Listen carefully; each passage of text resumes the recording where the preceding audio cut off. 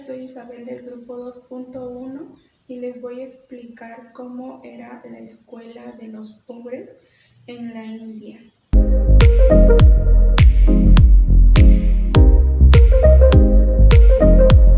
Esta es una maqueta que representa la escuela de los pobres en la antigua India. Como se logra observar, es al aire libre bajo una choza de paja, y los discípulos, al igual que el gurú, se sentaban en el suelo sobre tapetes de tela y no usaban mesas. Su único apoyo o soporte eran sus piernas. El gurú era el educador o maestro, que significa ser responsable y con madurez.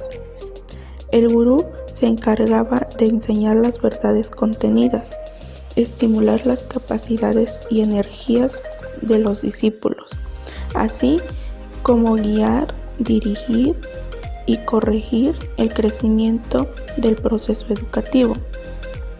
Otros aspectos fundamentales eran la comunicación de las verdades, encaminar hacia una disciplina moral y dar orientación y potencia a las energías espirituales. También había dos tipos de gurú.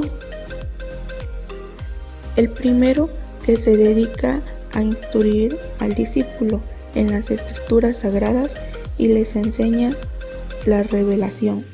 El segundo era quien administra la iniciación de los discípulos, ya preparados en una disciplina espiritual y la liberación final. Hola compañeros, les presentaremos un video interactivo con el cual representaremos la educación en la antigua India. Yo soy Citlali, integrante del grupo que le tocó la cultura hindú.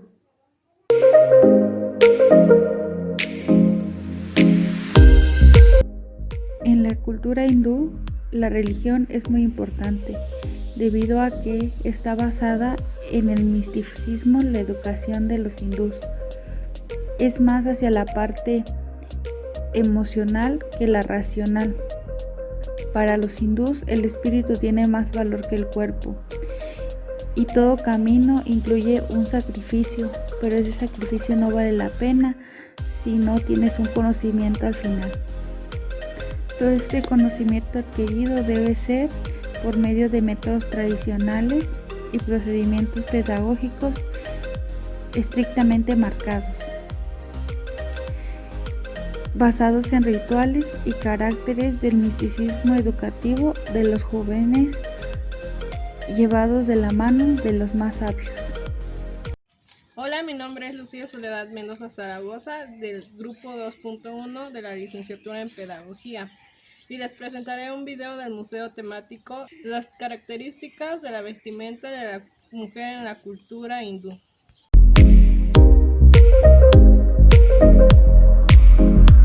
Mujeres de la cultura hindú suelen vestir trajes típicos que son objetos representativos que todos quieren lucir.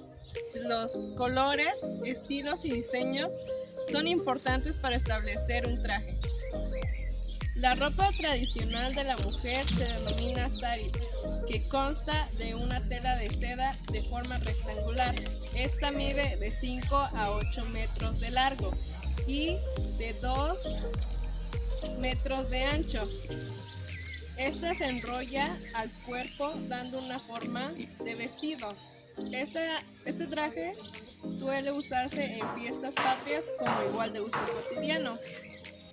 El traje se divide en tres partes. En la parte superior se muestra la camisola ajustada al cuerpo. En la parte inferior se encuentra una falda y de ahí se enrolla con lo que habíamos dicho que era el sari. El accesorio es otro elemento importante para establecer un traje típico. Entre ellos destacan la joya denominada tika o bindi. Esta representa el tercer ojo. También establece el estado civil de la mujer. Entre más pequeña es soltera y más grande es casada. Cuando una mujer queda viuda, se pone un color negro. Otra prenda igual se llama kurti. Esta es una blusa suelta que llega hasta los muslos o debajo de la rodilla. O igual está el pantalón salwar. Es un pantalón holgado enrollado a la cintura y se enrolla hasta los tobillos. Y esta sería la vestimenta típica de la mujer en la cultura hindú.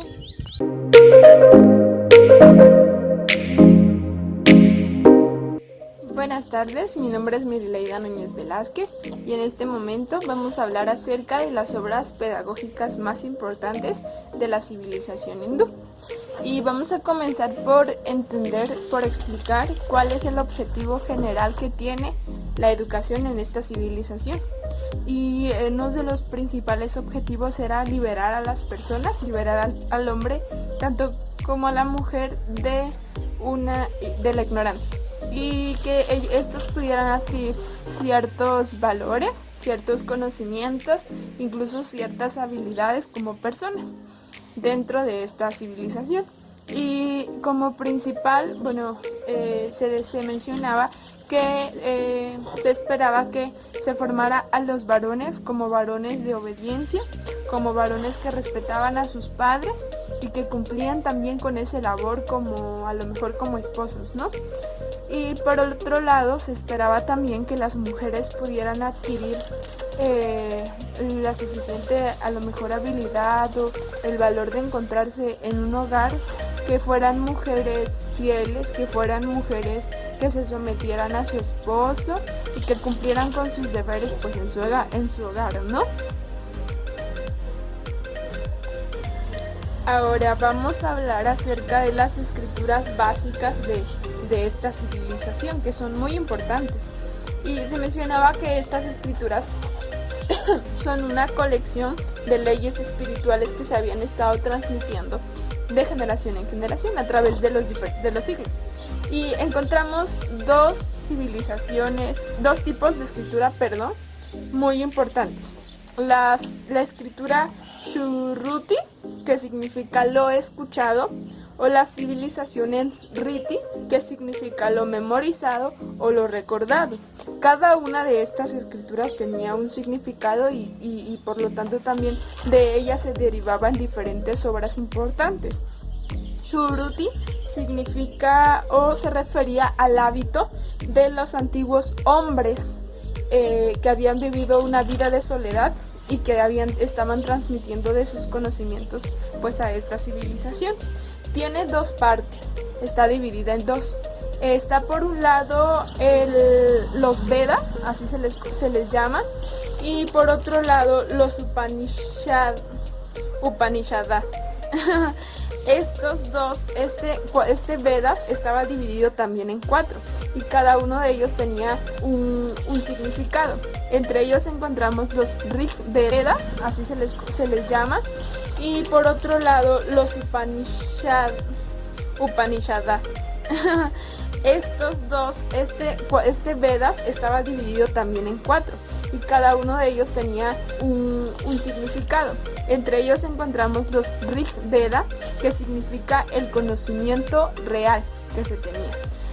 El Sam Veda significa el conocimiento del canto. El Yajur Veda significa el conocimiento de los rituales del sacrificio.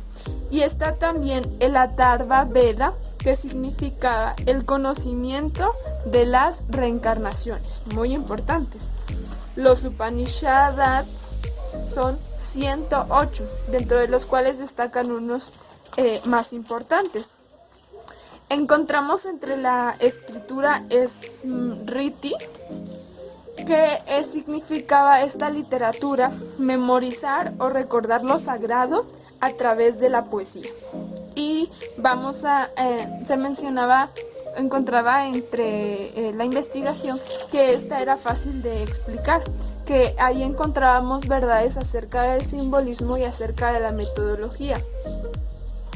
El Smriti también está dividido en 3 partes, de los más importantes, que son el Ramayana, el Mahabharata, que hablaba acerca de una batalla que se tenía entre 5 hermanos y 100 primos. esta escritura hacía mención o nos transmitía a nosotros como una batalla entre el bien y entre el mal. Y vamos a hablar también del Bhagavad Gita, que es otra de las escrituras del Smriti, que nos hablaba acerca, también tenía como significado canto del Señor, y en esto se encontraban las filosofías más profundas del hinduismo, de la reencarnación, como es la reencarnación y también como era el karma. Esta tenía algo que ver entre la escritura del Mahabharata, entre lo bueno y entre lo malo. Y estas son las obras más importantes que nosotros encontramos y que en esos momentos en la civilización hindú tuvieron mucho auge y fueron de gran importancia por el conocimiento que transmitían y por cómo ayudaban y fomentaban a los habitantes de entonces esa civilización. Y eso sería todo por en este momento acerca de las civilizaciones más importantes de la civilización hindú. Gracias.